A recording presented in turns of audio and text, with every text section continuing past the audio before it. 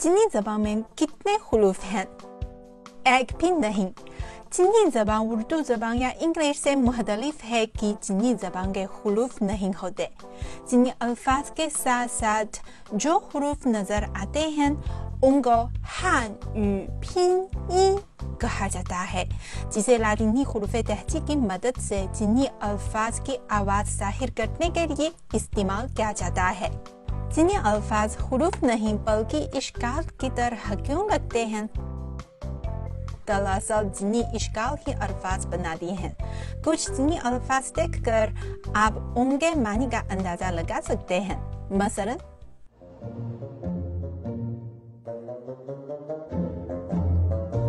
आप अंदाजा लगाइए कि इन अल्फाज के क्या मानी हैं। वीडियो के आखिर में मैं दुरुस्त जवाब दूंगी। चीनी ज़बान में अल्फाज की तादाद तकरीबन 1 लाख है, लेकिन ये सुनकर आपने परेशान नहीं होना है, क्योंकि चीनी ज़बान बोलने और पढ़ने के लिए 1 लाख अल्फाज की बजाय सिर्फ 1000 अल्फाज भी सीख लिए जाए तो काफ़ी है।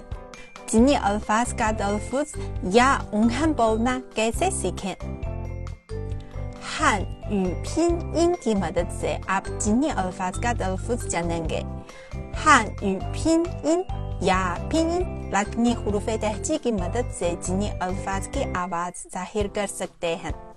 पिनयिन के हवाले से मैंने पहले भी एक वीडियो पोस्ट की थी, आप इसे देख सकते हैं। चीनी ज़बान लिखने का क्या तरीका है?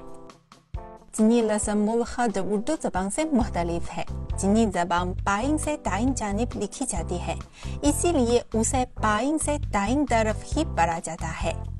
चीनी अल्फाज ब्रेक्स की तरह लगते हैं। मुख्तलिफ अल्फाज जुमला तश्कील देते हैं। जुमले की बात की जाए तो चीनी ज़बान और उर्दू ज़बान में एक और फ़र्क ये है कि जुमले की सख़त, मसलन मैं पानी पीती हूँ, चीनी ज़बान में यूँ कहा जाता है कि 我喝水 मैं को 我 कहा जाता है, पीना 喝 कहा जाता है और पानी को 水 कहा जाता है।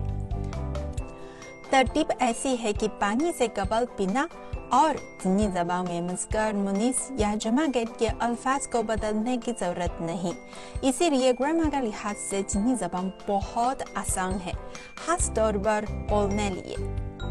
तो अब से आप भी कोशिश कीजिए कि कुछ न कुछ चीनी अल्फाज या जुमले बोलें। अब वीडियो के शुरू में किए गए सवालात को जवाब दे रही हूँ।